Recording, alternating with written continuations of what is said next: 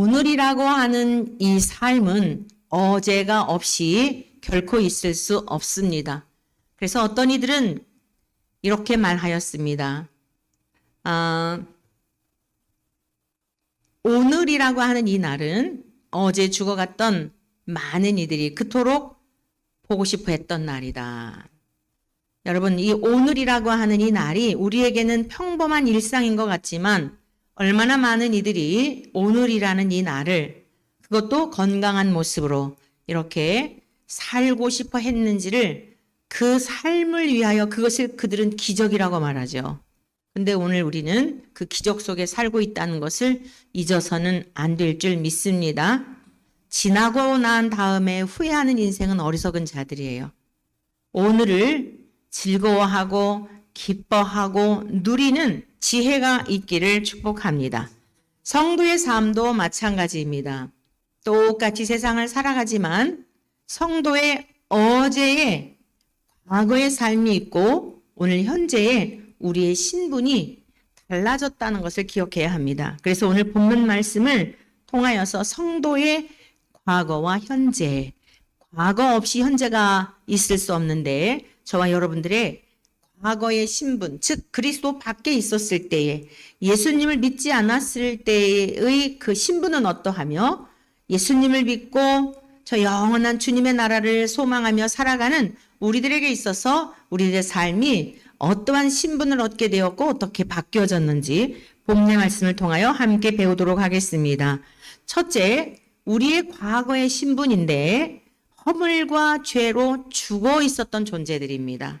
자, 본문 말씀을 같이 보시겠습니다. 에베소서 2장 1절의 말씀을 다 함께 한 목소리로 읽습니다. 시작. 그는 허물과 죄로 죽었던 너희를 살리셨도다. 네, 그가 누구냐면 예수 그리스도를 말씀하고 있어요. 앞부분에 1장을 마무리하면서 그 1장 끝부분에 뭐라 그랬습니까? 예수 그리스도는 우리들의 몸이다. 우리의 머리시다. 우리는 지체이다. 라고 하는 말씀이 1장 끝절에서의 말씀이에요. 저와 여러분들은 집에 혼자 있을지라도 거리를 혼자 거닐지라도 홀몸이 아닌 것을 기억하셔야 돼요. 주님이 우리의 머리가 되시고 주님이 우리의 몸이 되셔서 우리는 손과 발의 역할, 눈의 역할, 입의 역할 그것을 지체라고 하는데 주님과 연합이 되었다는 것을 잊으시면 안 됩니다. 믿습니까? 그래서 함부로 말을 하면 안 되는 이유. 아무거나 요즘은 굉장히 그 많은 것들이 우리의 시선을 사로잡죠. 이 손 안에서 핸드폰이라고 하는 것을 통하여 얼마나 많은 세계의 다양한 정보들이 이 손아귀에 있어서 이 손 안에서 많은 것들을 우리의 시선을 사로잡고 우리의 생각을 사로잡고 결국에는 우리의 인격 자체를 끌고 가려고 하는 이 정말 대단한 무기예요. 여러분 손 안에 다 이게 있습니다. 그런데 저와 여러분들은 과거의 신분이 어땠냐면 허물과 죄로 죽어 있었던 존재들이라는 거예요. 여기서 허물이라고 하는 것은 어떠한 의미가 있냐면 옆으로 미끄러지다라는 뜻이 있어요. 옆으로 미끄러졌기 때문에 어떻게 됐습니까? 이탈을 한 거예요. 넘지 말아야 할 선이 있는데 경계선이 있는데 그것을 넘어버린 거예요. 모든 사람이 죄인이라는 게 무슨 뜻이냐면 이 세상을 창조하신 하나님이 그어 놓으신 선이 있어요.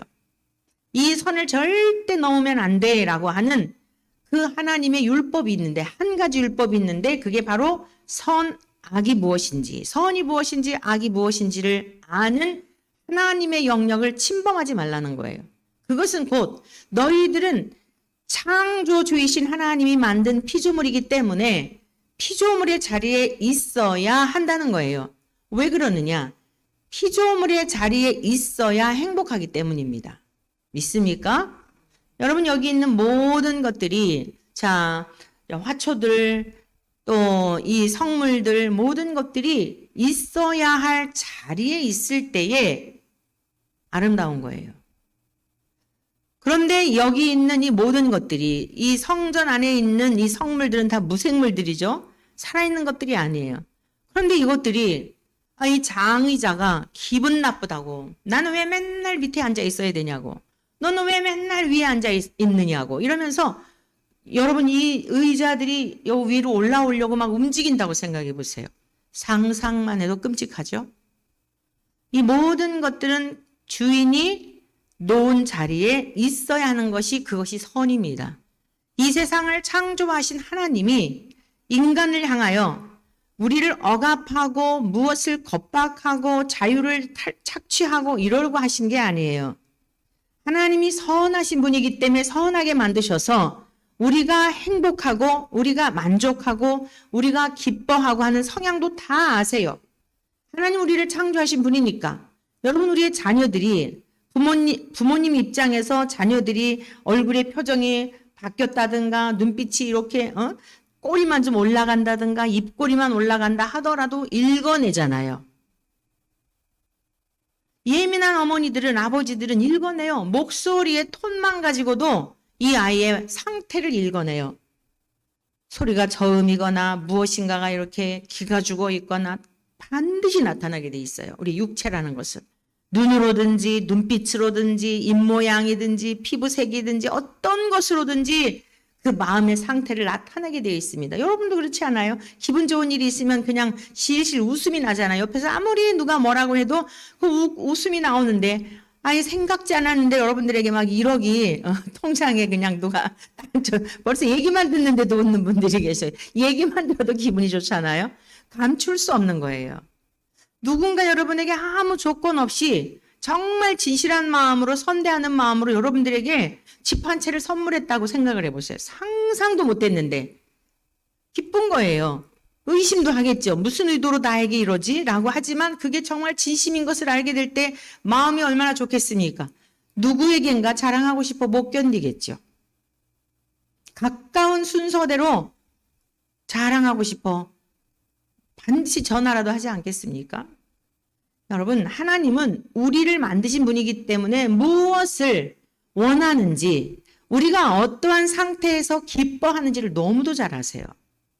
그래서 하나님이 우리 첫사람 아담을 향하여 그리고 모든 인간에게 오늘날 이 시대를 살아가는 우리들에게도 동일하게 원하시는 게 뭐냐면 너희들은 피조물의 자리에 하나님이 창조주이심을 인정하며 하나님을 경외하고 있어야 할 그 피조물의 자리에 있으라는 거예요. 그럼 내가 모든 거 다 공급해 주면서 나와 함께 교제하며 기쁨으로 누리며 살아. 네가 원하는 그 만족이 그 안에 있어라고 하는데 문제는 뭐예요? 첫사람 아담 이후에 그 하나님의 말씀을 불순종한 불신은 항상 같이 가는 겁니다. 하나님이 명하신 말씀을 믿지 않으니까 행동이 따르는 거예요. 그게 불순종이에요. 신앙의 삶이란 뭘까요? 순종과 믿음과 순종이에요. 하나님의 말씀을 믿게 되면 순종하게 돼 있어요. 할렐루야. 그래서 이 허물이라는 것은 무엇이냐? 하나님이 정하신 경계선이 있는데 그 경계선을 넘어버린 거예요. 미끄러져 버린 것입니다. 하나님과의 관계가 깨어졌어요. 이것을 허물이라고 말해요. 그러니까 저와 여러분들이 예수님을 믿기 이전의 상태는 하나님이 나와 무슨 상관이 있다고? 내가 왜 주일날 교회를 가야 돼? 아니 내 돈인데 내가 왜 11조를 해야 되고 아니 내가 왜 감사헌금을 해야 돼? 어떤 이들은 교회를 다니다가 주일날 그 오래전 이야기예요. 주일날 헌금하는데 1,000원 헌금하는 게 아까워가지고 교회를 못 다니겠다라고 다니다가 그만뒀다라고 하는 이야기를 직접 들은 적이 있어요. 우리의 생명의 호흡도 하나님의 것이고 우리에게 이 공기를 주시지 않으면 우리가 어떻게 살아요? 그 값을 환산할 수 있을까요? 그만큼 인간들은요, 하나님을 향하여 인색하고 하나님을 향하여 경외하고자 하는 마음이 없는 거예요. 이게 바로 죄예요. 이게 바로 허물이에요.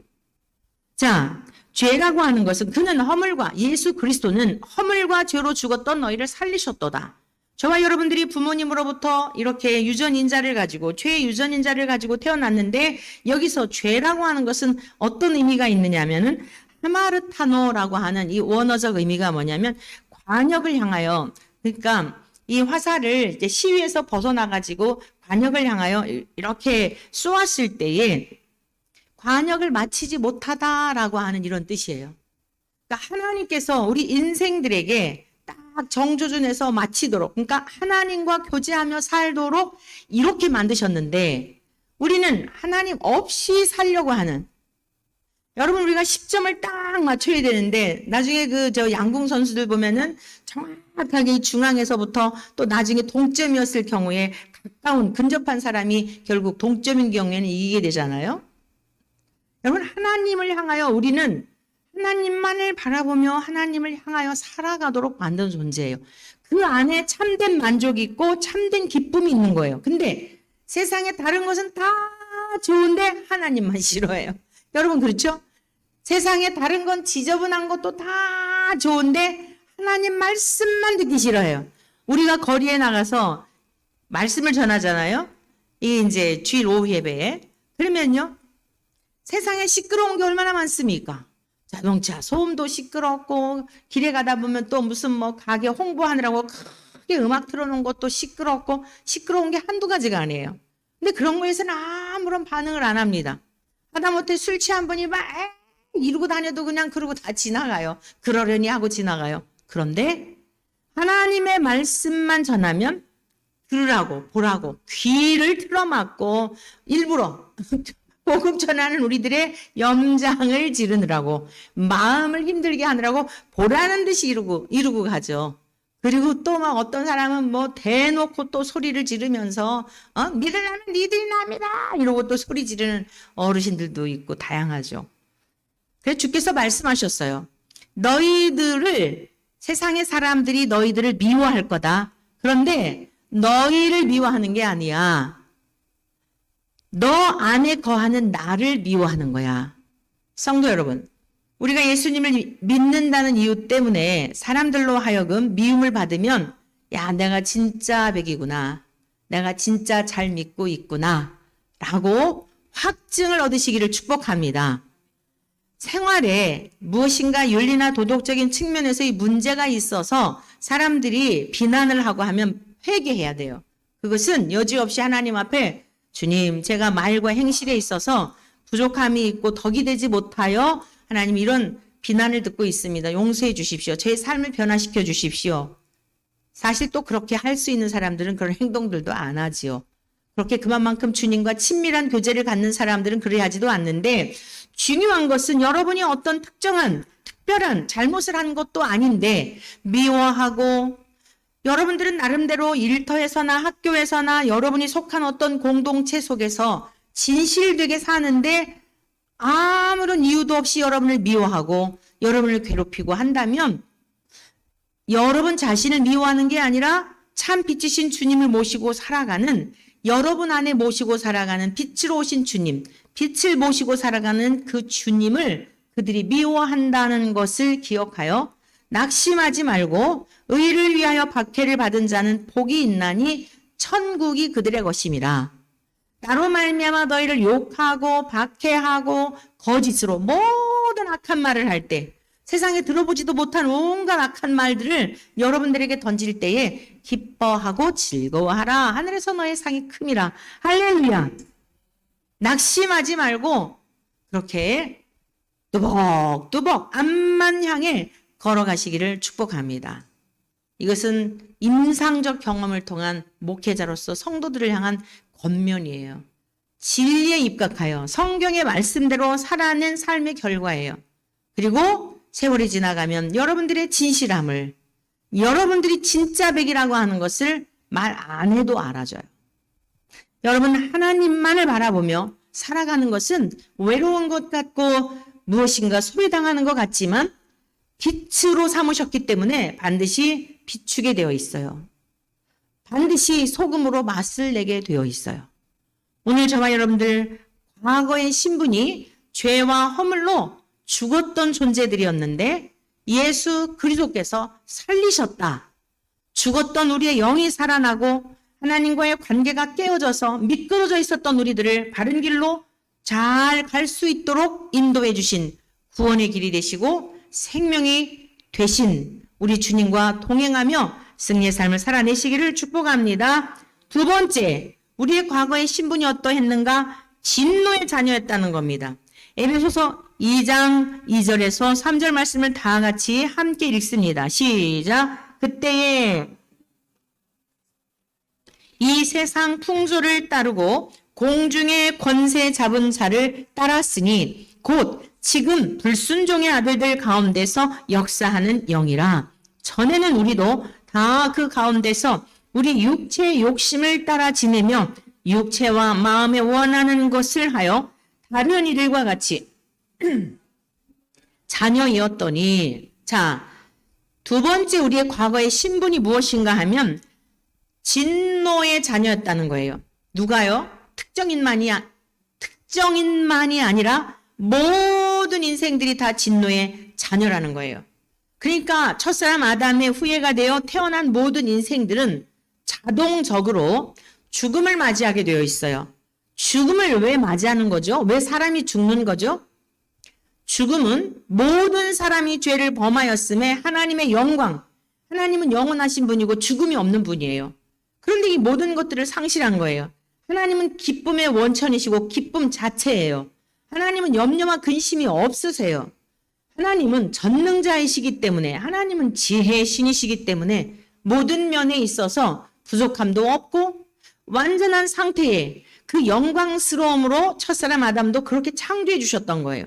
그런데 이런 기쁨도 상실하였고 하나님과 교제할 수 있는 능력도 상실하였고 당연히 하나님 나라를 유업으로 이룰 수 있는 이 영광도 상실하였고 제일 중요한 거 뭐냐? 죽음이 오게 된 거예요. 죽음이라고 하는 것은 단절을 말하잖아요. 사람이 죽으면 왜 이렇게 슬퍼하죠? 다시 볼 수 없으니까. 함께 교제할 수도 없고 함께 살 수도 없고 보고 싶어도 볼 수 없으니까 이게 죽음이 주는 고통이에요. 죽음이라고 하는 건 단절이라는 뜻입니다. 더 이상 끝난 거예요. 하나님과의 관계가 단절이 되었고 관계와 관계성 속에서도 단절이 되었어요. 여러분들이 왜 이렇게 대화가 안 되지? 무엇인가 여러분 타자와 여러분 간의 관계에 뭔가 이렇게 담이 있는 것 같은, 벽이 있는 것 같은 이러한 느낌을 받으신 적 없으실까요? 여러분, 하나님과 우리와의 관계가 이 죄가 들어옴으로 인하여서 깨어졌더니 하나님이 말씀하셔도 못 알아들어요. 하나님이 얼마나 많은 말씀을 하시는지 몰라요.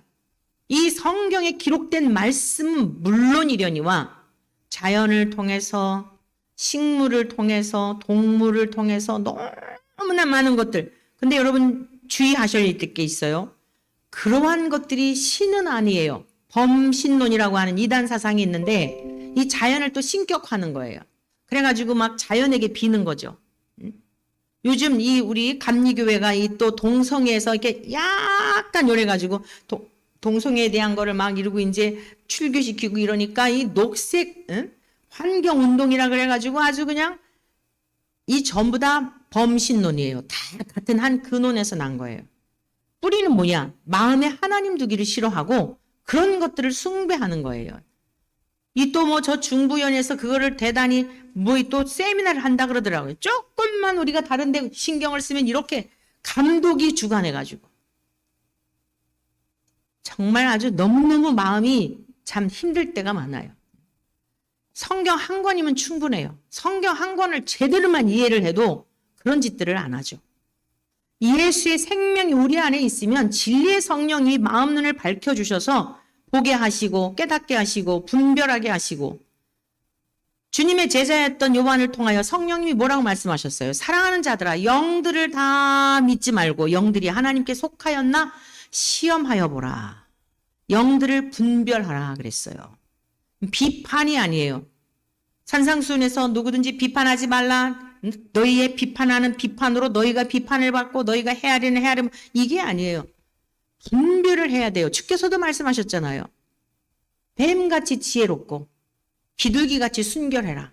죄에 대해서는 깨끗하고 순결한 삶을 살아야 할 뿐만 아니라 뱀 얼마나 간교하고 이 하나님이 지으신 들짐승 중에 뱀이 가장 간교하더라 그랬죠. 창세기 3장에 뱀에 대해서 설명하고 있어요. 하나님이 지으신 모든 것들이 다 보시기 좋아했다고 그랬는데 뱀이 하나님이 보시기에 얄미워갖고 일부러 그랬을까요? 아니에요. 간교하다라고 하는 이 원어적 의미는 뭐냐면 신중하다라고 하는 의미도 있어요. 신중하다. 신중해야 했었죠. 그런데 양면적인 게 있는 거예요. 이 신중함을 선택한 게 아니라 간교하고 교묘하고 이쪽 측면에 마귀가, 하나님을 대적했던 마귀가 이 뱀을, 하나님이 만드신 들짐승 중에 뱀을, 굉장히 그 색도 이쁘고 그렇잖아요. 뱀이 원래 기어다니는 게 아니에요. 이렇게 걸어다녔던 것을 유추해 볼 수 있어요. 왜냐? 저주를 받아서 너는 배로 기어다니고 땅의 흙을 먹을 것이니라. 이게 저주잖아요. 그러니까 본래 하나님이 만드신 모든 들짐승들, 가축들, 생물들 보시기에 좋았다고 말씀하셨는데 뱀은 예외일 수가 없다는 거죠. 근데 신중하지 못하고 꾀에 빠져가지고 자기 꾀에, 워낙 꾀가 많다 보니 그래서 아담과 하와를 유혹하는 악의 도구로 쓰임받은 거예요. 그래서 이제 마귀 이 대명사가 옛뱀이라고도 하고 용이라고도 하는 다 같은 동의어가 되어버린 거예요. 자, 주께서 말씀하셨어요. 너희는 뱀같이 지혜롭고 신중해야 된다는 거예요. 그 첫사람 아담을 유혹했던 그런 뱀, 간교하여서 교묘하여서 남을 걸려 넘어지게 하는 그러한 자가 되지 말고, 왜 창세기에서 그렇게 저주받은 뱀을 주님께서 다시 인용하셔가지고 뱀같이 지혜로우라 하셨겠어요? 신중하고 지혜롭고 잘, 사기꾼에게 속는 것은 어리석은 거잖아요. 왜 사기꾼에게 속아요? 그리고서는 나 억울하다고 해봐야 소용이 없는 거예요. 지혜가 필요하다는 거예요. 특히 덥석덥석 물을 게 아니라 녹색신앙, 아이고 뭐 자연 보호하자는 건데 탄소 중립 뭐 이런 거 얼마나 좋아? 방송에서도 하잖아 다. 응? 지금 환경이, 기후가 너무나 이렇게 오염이 되고 많은 문제가 있다 보니 지금 이 지구가 몸살을 앓고 있는데 목사들이 앞장서 가지고 이것을 우리가 잘 관리하고, 뭐가 문제야? 여러분, 주의 영이 우리 안에 거하시면 하나님이 창조하신 모든 세계를 소중하게 여기는 거예요. 믿습니까? 장애를 입은 장애자들도 인격적으로 그냥 한 존재 자체로 대하게 되고, 어린 아이들도 아이들이라고 무시하지 않고 존재 자체로 소중하게 여기고, 내 집 아이라고 다른 사람이 보는 사람이 없다고 함부로 하지 않고 아이들에게도 인격적으로 대우하게 되고, 나와 아무 상관이 없는 노숙자일지라도 하나님이 창조하신 존재로 생각하기 때문에 함부로 할 수가 없는 거예요.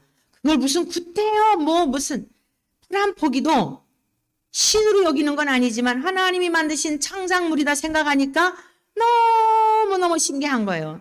밟고 밟아도 또 살아나고 하면서, 지렁이를 보더라도 지렁이 같은 너 야곱아.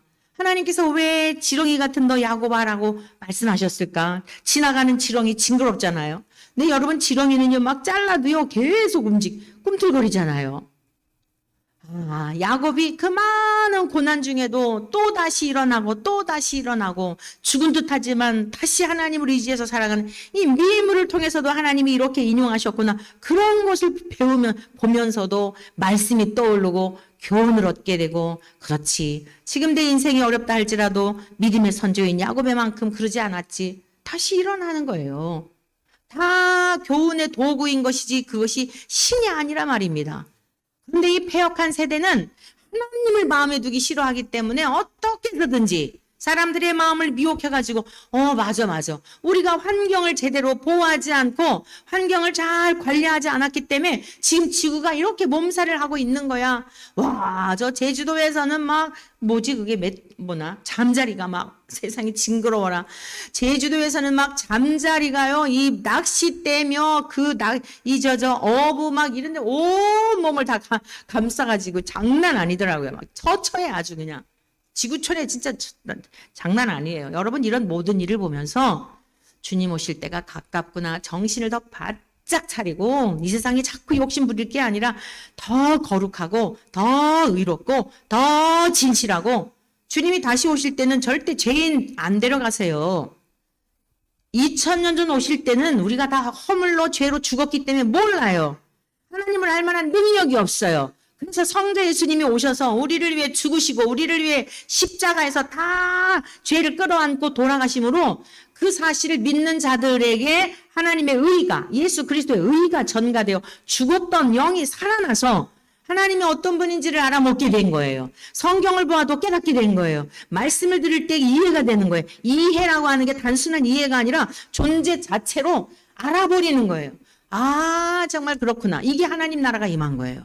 그러니까 죽었던 자가 살아나게 되니까 땅의 것만 전부인 줄 알았는데 영원한 천국을 보는 것처럼 믿으니 이 세상에서 아무리 뒤집어지고 난리가 나고 뭐 전쟁이 나고 오늘도 보니까 이란을 미국에서 이렇게 폭격했다 그래요. 속보로 나오는데 여러분 지금 보통 심각한 게 아니에요. 우리나라도 보통 심각한 게 아니고 또 이게 뭐 여러분 공짜 없어요. 세상에 절대 공짜 좋아하지 마세요.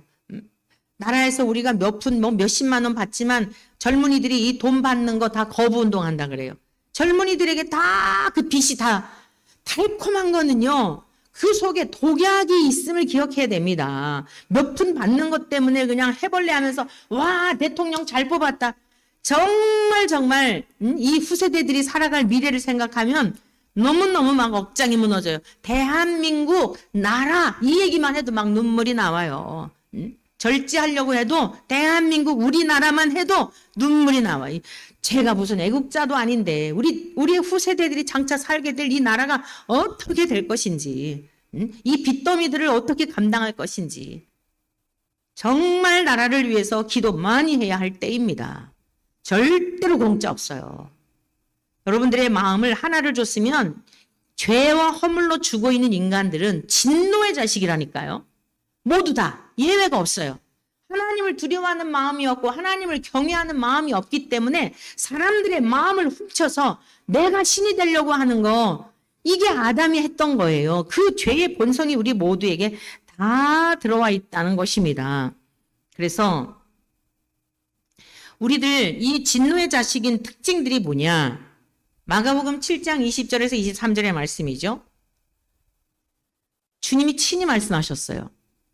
또 이르시되 주님이 말씀하시고 못 알아들으니까 또 말씀하신 거예요. 바리새인들을 향하여 의롭다고 생각하고 죄가 없다고 생각하는 그들을 향해 사람에게서 나오는 그것이 사람을 더럽게 하는 거야. 여러분 우리가 목욕했다고 깨끗해진 게 아니고요. 의복 빨아입었다고 깨끗해진 게 아니라 이 속에서 나오는 게 더럽다는 거예요. 그게 죄라는 겁니다.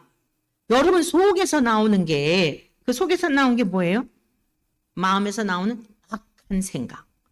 이 악한 생각 큰 주머니 안에 큰 주머니를 악한 생각이라고 생각해 보세요.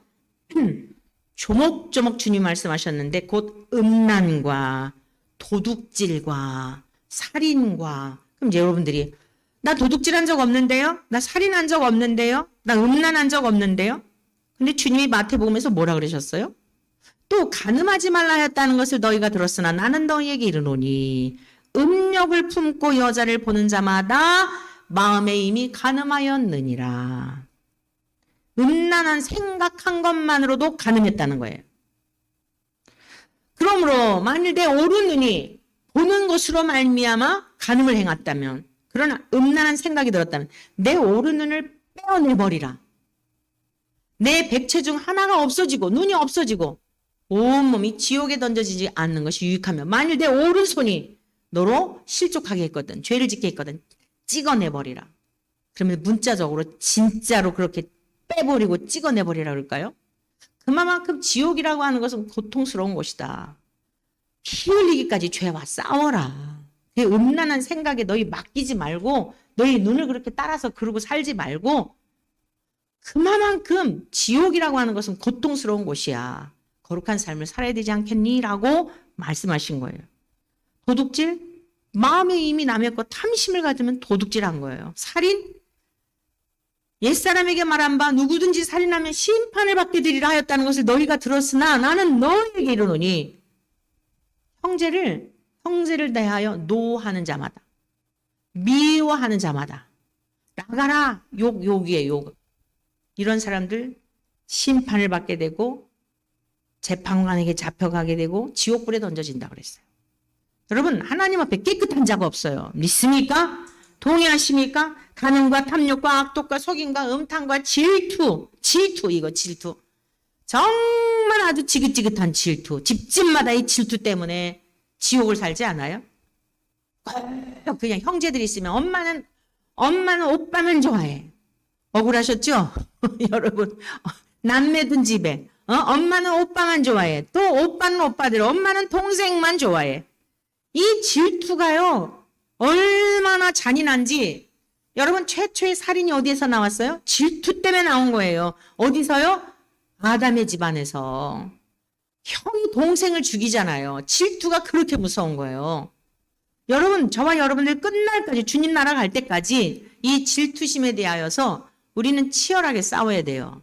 주님의 십자가에 못을 박으면 질투할 일이 없어요. 우리 사랑하는 원천의 모든 성도님들은, 우리의 자손들은 이러한 투기심, 질투심, 이러한 것에 노예가 되지 않기를 축원합니다. 별거 아닌 것 같은데 이게 살인을 불러온다니까요.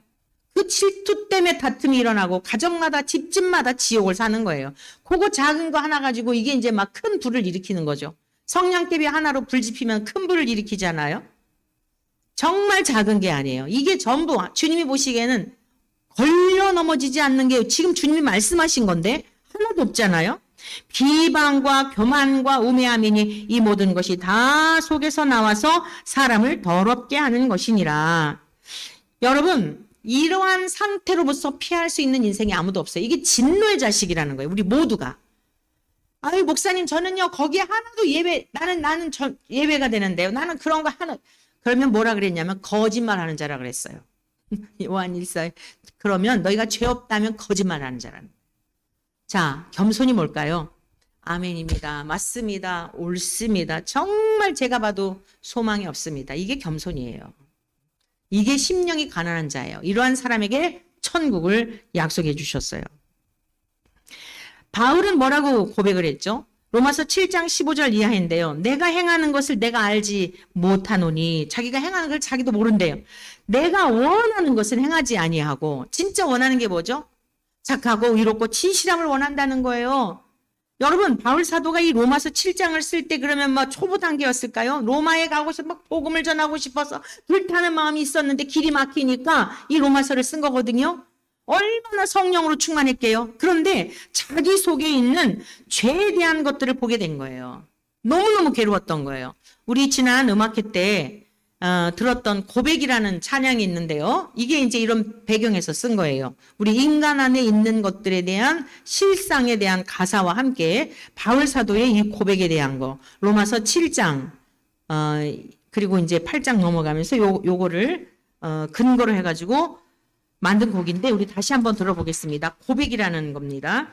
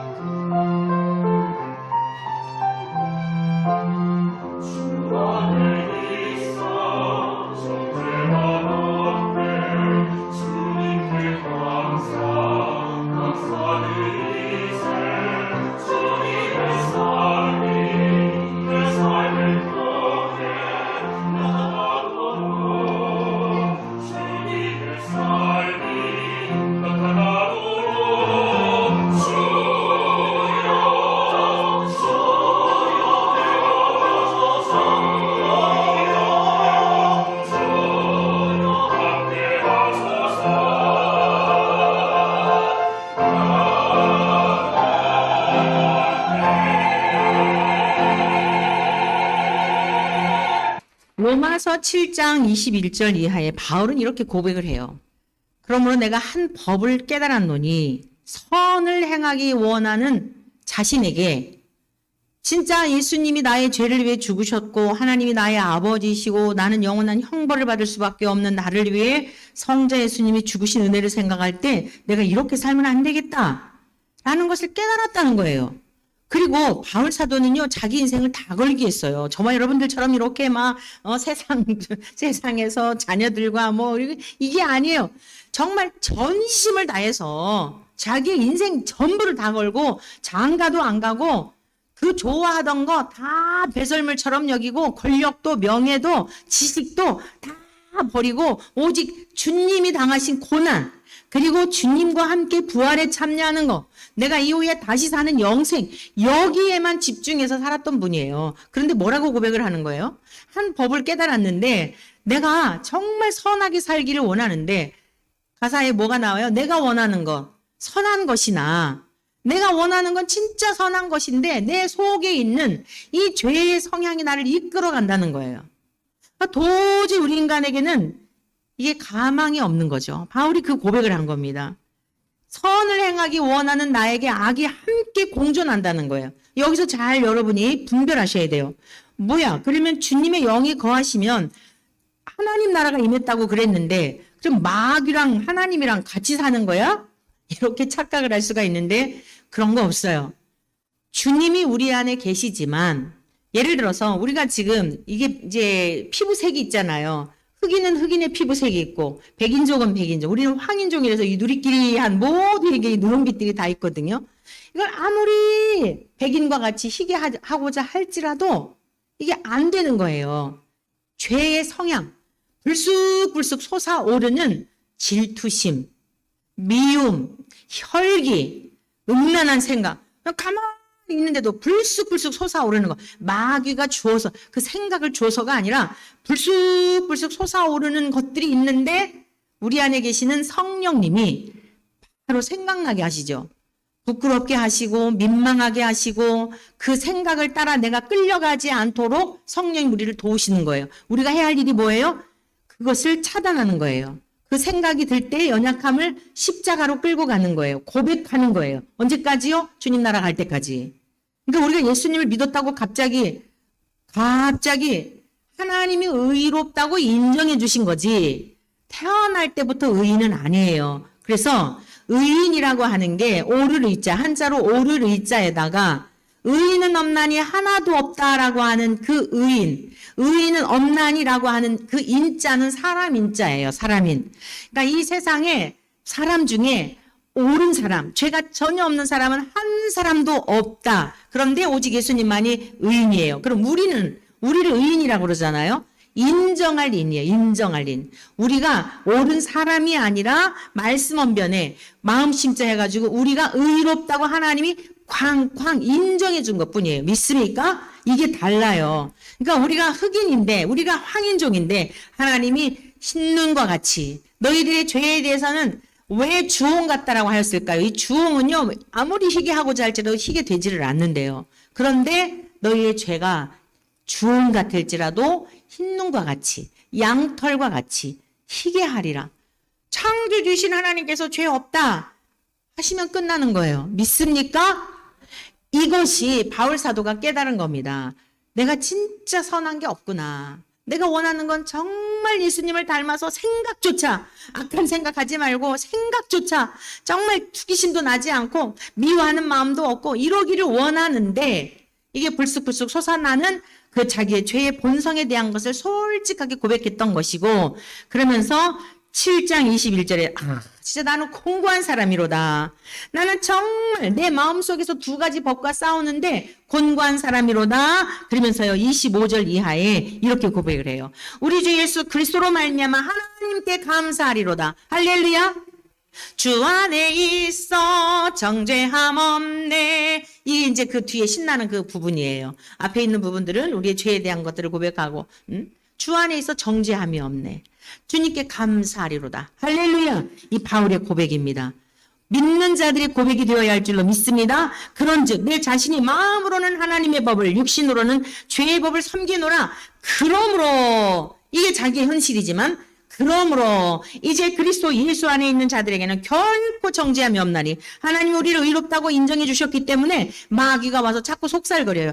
야 네가 그렇게 믿어갖고 천국 가겠냐. 야 네가 그래갖고 목사라고 야 집사라고 권사라고 마귀는 자꾸 생각을 통해서 죄의 본성이 이렇게 솟아오를 때 마귀가 생각을 통해서 여러분을 자꾸 미혹한다고요. 그때 속아 넘어가지 마시고 그래 이게 내 모습이야. 그런데 어쩔래. 그럼에도 불구하고 하나님이 나를 용서해 주셨는데 할렐루야. 이게 믿음으로 승리하는 거예요. 그래서 마지막 세 번째는 뭐냐. 4절 말씀 같이 있습니다. 에베소서 2장 4절 말씀 다 같이 읽습니다. 긍휼이 풍성하신 하나님이 우리를 사랑하신 그 큰 사랑을 인하여 할렐루야. 우리는요 정말 소망이 없고 죄와 허물로 죽어있고 진노의 자식이었지만 긍휼이 풍성하신 하나님. 이걸 측량할 수가 없는 거예요. 뭐 우리가 어렸을 때 엄마 아버지가 물어보기도 하고 우리가 자녀들에게 묻잖아요. 엄마 사랑하니 아빠 사랑하니 얼마큼 이만큼 이러잖아요. 하늘만큼 땅만큼 하잖아요. 하나님은 그렇게 측량이 되는 분이 아니에요. 긍휼이 풍성하셔서 셀 수가 없어요. 측량할 수가 없어요. 시편 103편 8절 9절에 이렇게 기록하고 있습니다. 여호와는 긍휼이 많으시고 은혜로우시며 노하기를 더디하시고 인자하심이 풍부하시도다. 형용할 수가 없는 겁니다. 측량할 수가 없는 거예요. 계수할 수가 없는 거예요. 자주 경책하지 아니하시며. 여러분들이 자녀들을 키우면서 좀 못마땅하면 막 이렇게 그러잖아요. 근데 하나님이 우리를 그렇게 하셨으면 이 세상에 살 사람이 아무도 없어요. 다 정신병자 됐을 거예요. 참아주시고 기다려주시고 인내하시고 우리가 어떤 잘못을 하고 죄를 지은 것에 따라서 또 왜 또 그 생각해서 하고 막 하나님이 계속 우리를 그러시면 못 살아요. 근데 자주 경책하지 않으시고 기다려주시고 참아주시고 여러분 이것이 우리 하나님의 사랑인 줄로 믿습니다. 노를 영원히 품지 아니하시고 그래서 우리 주 예수님을 보내주신 거예요. 얼마나 감사하고 그 하나님을 우리가 영화롭게 해드림이 마땅하지 않겠습니까? 우리의 죄를 따라 우리를 처벌하지는 않으시며 우리의 죄악을 따라 우리에게 그대로 갚지는 아니하셨으며 이는 하늘이 땅에서 높은 같이 그를 경외하는 자에게 그의 인자하심이 크시도다. 그뿐만이 아니에요. 동이 서에서 먼 것 같이 우리의 죄가를 옮기셨다는 거예요. 그래서 과거에 우리는 진노의 자식이었고 허물과 죄로 죽어 있었지만 예수님을 통하여 살아난 우리들은 우리의 죄가를 멀리 옮기셔서 하나님 자신의 자존심 때문에라도 우리의 죄를 기억하는 것을 원하지 않으세요. 여러분 부모된 자가 유익이 뭐라고요? 자녀를 키우면서 하나님 아버지의 마음이 무엇인지를 이게 알 수 있는 그 유익됨이 있더라고요. 여러분 자녀들이 잘못했다고 뭘 잘못하고 와서 그럴지라도요. 부모는 부모의 자존심 때문에 얘 아이와 나는 결탁이 되어 있잖아요. 내가 기억하고 싶지 않은 거예요. 믿습니까? 이 하나님의 사랑이에요. 우리의 죄와 허물을 기억하지 아니하시고 아버지가 자식을 긍휼히 여김같이 여호와께서는 자기를 경외하는 자를 긍휼히 여기시나니 이는 그가 우리의 체질을 아신다는 거예요. 저와 여러분들의 연약함을 알고 체질을 아시고 먼지뿐임을 기억하심이로다. 사랑하는 성도 여러분 얼마나 감사합니까? 마지막 5절을 같이 읽겠습니다. 마지막 5절 읽어봅니다. 허물로 죽은 우리를 그리스도와 함께 살리셨고 너희는 은혜로 구원을 받은 것이라. 아멘. 허물로 죽은 우리를 그리스도와 함께 살리셨습니다. 저와 여러분들은 영이 살아난 자예요. 믿습니까? 죽어도 다시 죽지 않아요. 영이 살아났기 때문에 영은 죽지 않습니다. 잠자는 거예요. 죽음의 상태는 주님과 함께 안식을 누리다가 이제 재림주로 오실 때 육체, 영혼, 전 존재로 다시 사는 거를 말하는 거고, 죽은 다음에는 그냥 모든 활동이 정지된 상태를 말하는 거죠. 이게 죽음이에요. 우리는 은혜로, 하나님의 은혜로 구원을 받았어요. 어떤 노력이나 선행에 의한 것이 아니에요. 만약 우리의 노력이나 선행이었다면 자랑할 게 있지만 값없이 주신 은혜로 구원을 받았기 때문에 오직 하나님만 높여드리고 하나님의 은혜를 칭송해드리며 감사하며 기뻐하며 살아야 할 줄로 믿습니다. 우리의 모든 삶도 은혜예요. 모든 삶도 모든 환경도 하나님의 뜻하심 속에 허락하신 것을 기억하시고 일상 자체가 은혜인 것을 깨닫고 누리며 살아내시는, 죽었다가 살아난 자로서의 그 감격 속에 일상에서도 그 감격을 누리며 살아내신 우리 모두 되시기를 주의 이름으로 간절히 축원합니다.